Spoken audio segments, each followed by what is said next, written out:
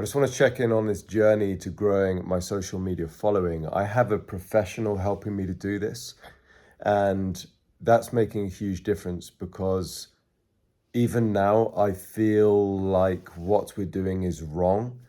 I think that we're posting on the wrong topics. I'm losing followers, which I found if you don't check your inner chatter can make you think badly, basically. It can put you in a poor mental state. And so I did reach out to her and said, look, is this good? Is this normal? And she said, absolutely. Now, if I didn't have a coach, I would start doubting myself and jump from strategy to strategy. But I'm sticking with this strategy. She is sure that what she's doing is the right way. I don't think so, but we will see. And I'll document this process.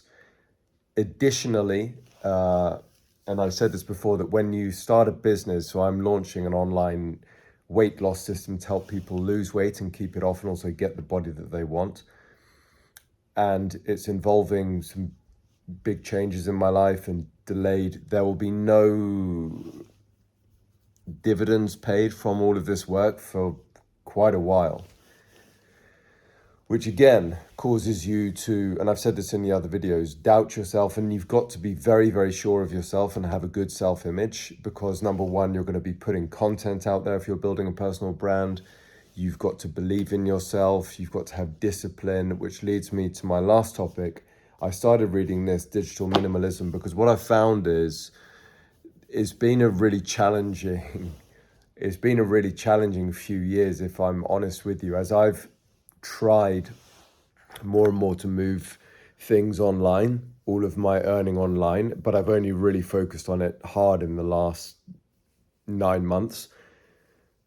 It's held a mirror up to me, and all of those kind of things you don't like about yourself, which you would never know about in a job because you get a paycheck every month and you're just kind of like, you can just drift on in that safety, that bubble.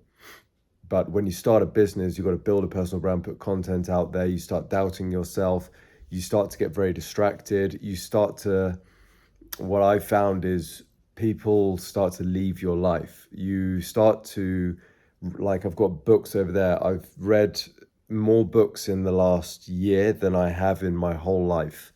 I've read over 54 books now, I think is the last count, in 18 months, which for me, I might read 1 or 2 books a year before that. And what's happened is I've become much more aware of lots of different things in life, and I've probably changed as a person a bit. It started to get down into my subconscious, I guess. And people, yeah, you have new people coming in, which is cool. But yeah, people leaving as well. As there's just people I used to hang out with kind of mindlessly that we don't really relate to each other as much anymore. And living in London and you've got to be really careful not to become isolated. You're building a business, you're changing as a person. It's challenging. It's really, and isolation is not good for your mental health, really. If you're working all day on your own, as I do, and then you go to the gym and you want to kind of get your workout in quick, you've got like noise cancelling earbuds in, you don't really talk to anyone. Then you go home, you try and eat a lean body meal and shut your phone off and go to sleep and wake up and read and do the whole routine again. If you're not careful, you've got to build in socializing to that. All right. But anyway, what I've found is I'm finding this to be really honest on this diary. I'm documenting this process. I feel excited and I feel glad for all of the learnings I've had, but this is a hard, lonely path, to be honest. I hope it's worth it because I can see that it's costing me a lot. But I think you get to a place where, and maybe it's a sign of good commitment, you have to decide whether you're all in and you're willing to die trying. And I know that sounds really dramatic, but it could be that I get to the age of 50, 60, and this just hasn't worked out really badly. And I've not been able to earn a good money doing what I want to do. And therefore, I just block that sun out. Therefore, I've not met anyone because women need a guy who can provide, a provider and a protector, and it's all over, that's very scary in one sense, but I think I'm willing to go down that path. I don't want to get to the end of my life and think, I was an employee my whole life, which is not what I want. It's just so I oscillate through these times of hyper productivity and smashing it, but because I'm a perfectionist, my brain kids me that I've done no work, which is awful because you then have a negative association to working. And there's a great book I've got set over there called The Now Habit, which I've read and I'm going to reread in a second before I do my next block of work. So I go through bouts of like hyper intense focus, and then I think it would be good to be working with other entrepreneurs because you kind of can talk about, hey, I've achieved this today, I'm feeling good about this. But when you're just left with your own thoughts as a perfectionist, your brain chastens you and says, oh, you didn't do anything today. It's a really strange sensation. I've spoken about it before, where I've kept a to-do list and I've ticked things off, and I get this horrible feeling at the end of the day that I've not done anything and I should have done more, or that I've been busy and not effective, not productive. But then I look back at my to-do list and it's like my brain just deleted all these things I did. It's really, really strange and really a really horrible feeling.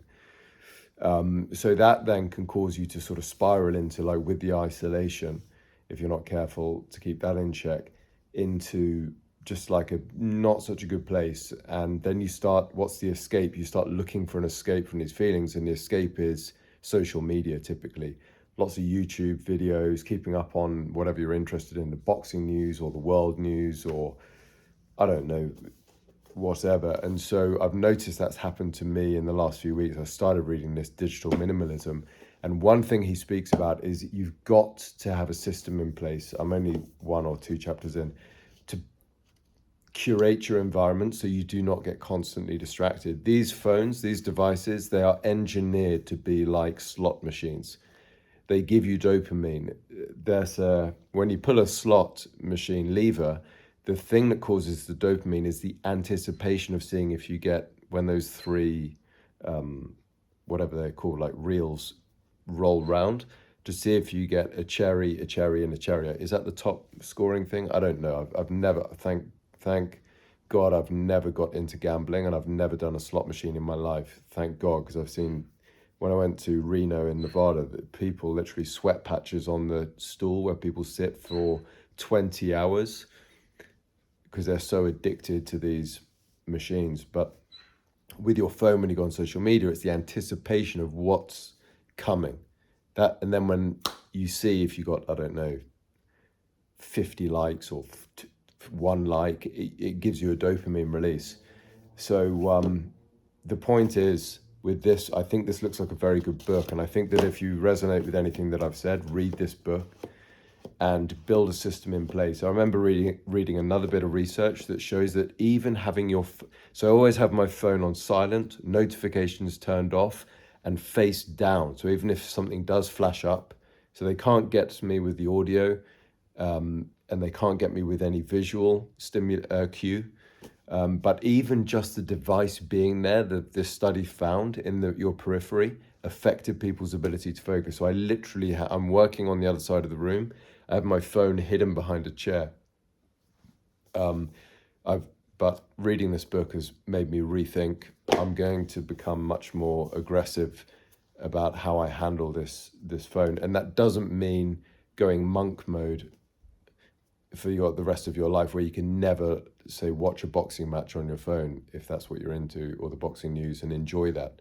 There's got to be a time and a place for that. But he's talking about 30 days of strict no social media, which is interesting, to break these. You get a stimulus, and then the response is to grab your phone. Normally the stimulus is you feel discomfort, or as a result of being bored, or as I spoke about, you're trying to build a business and it's not going so well maybe, or you're trying to build social media following like I am, and you have all these doubts and you're losing followers, and so what's an easy escape is social media. And so you get the stimulus of that discomfort, the response, and he's saying you've got to break that with 30-day fast. So I hope this helps somebody. Have a great week.